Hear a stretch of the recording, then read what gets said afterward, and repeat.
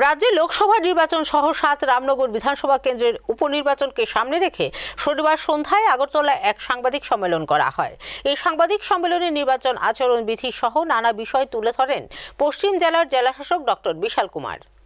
শনিবার লোকসভা নির্বাচনের দিনক্ষণ ঘোষণা করেন ভারতীয় নির্বাচন কমিশনার। 19 এপ্রিল পশ্চিম ত্রিপুরা ও 26 এপ্রিল পূর্ব ত্রিপুরা সংরক্ষিত আসনে লোকসভা নির্বাচন ছাড়াও 29 এপ্রিল হচ্ছে 7 রামনগর বিধানসভা কেন্দ্রের উপনির্বাচন, আর গণনা হবে 4 জুন।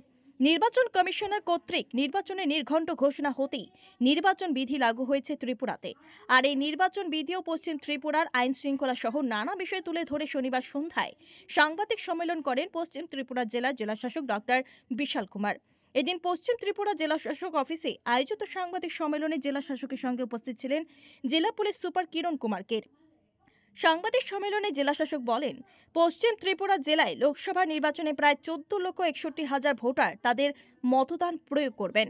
এর জন্য 1685টি পোলিং স্টেশন রয়েছে এবং এই ভোট গ্রহণ পর্বের জন্য 35 থেকে 40,000 কর্মী এই গ্রহণে সহযোগিতা করবেন।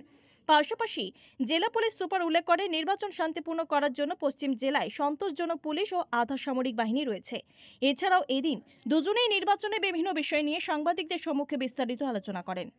3 बजे इलेक्शन कमीशन का जो प्रेस मीट था वो सुना और मुझे उम्मीद है कि आप सभी को पता होगा कि फेज 1 में Tripura west Tripura parliamentary constituency में इलेक्शन होगा, जिसका जो नोटिफिकेशन है वो 20 मार्च को होगा और 19 अप्रैल को इलेक्शन कंडक्ट होगा। लोकसभा इलेक्शन के साथ साथ ही 7 रामनगर बाईपोल इलेक्शन भी किया जाएगा।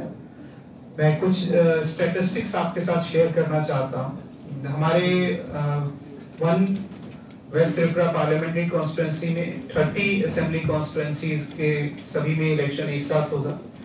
इसमें लगभग 14,61,000 वोटर्स अपने वोट का यूज करेंगे, जो लगभग 1685 पोलिंग स्टेशन में दिया जाएगा। इस दौरान उम्मीद करते हैं कि लगभग 35 से 40,000 पोलिंग पर्सनल इस इलेक्शन को कंडक्ट कराने में हमारा साथ देंगे और इन इलेक्शन के दौरान लगभग 8,000 पीडब्ल्यूडी वोटर्स और लगभग 5,920 सर्विस वोटर्स भी रहेंगे। ये मैं आप सभी को एक जानकारी देना चाहता हूं कि लगभग 15 से 20% पीडब्ल्यूडी वोटर्स की ज्यादा एनरोलमेंट हुई है, जो पिछले असेंबली इलेक्शन के बाद एक्टिवली हमने पार्टिसिपेट किया है।